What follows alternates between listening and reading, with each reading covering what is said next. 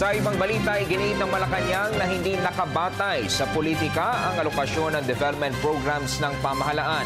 Sinabi ito ni Presidential Communications Secretary Sunny Colom sa harap ng naging pahayag umano ni Vice President Jejo Martinay na tila napabayaan ang lalawigan ng Ilocos sa mga programang pangkaunlaran dahil mas prioridad umano ang lugar ng mga kaalyado ng administrasyon. Ayon kay Coloma, ang bawat pinaglalaanan ng government funds ay dumaraan sa dalawang kapulungan ng Kongreso at nakabatay sa Philippine Development Plan.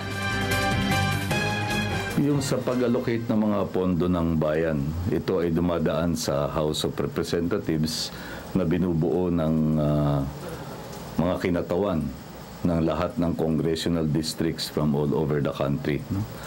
At meron naman silang sapat na pagkakataon para suriin kung paano hinahati yung paglalagay ng mga resources.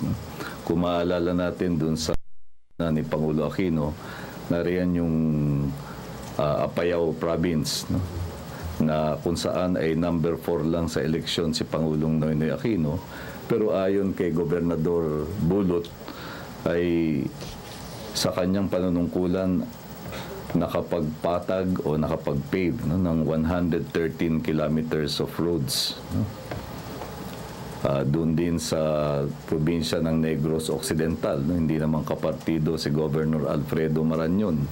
At sa marami pang ibang lugar, si Governor Lilia Pineda nagbigay din ng testimonya doon sa zona ni Pangulo.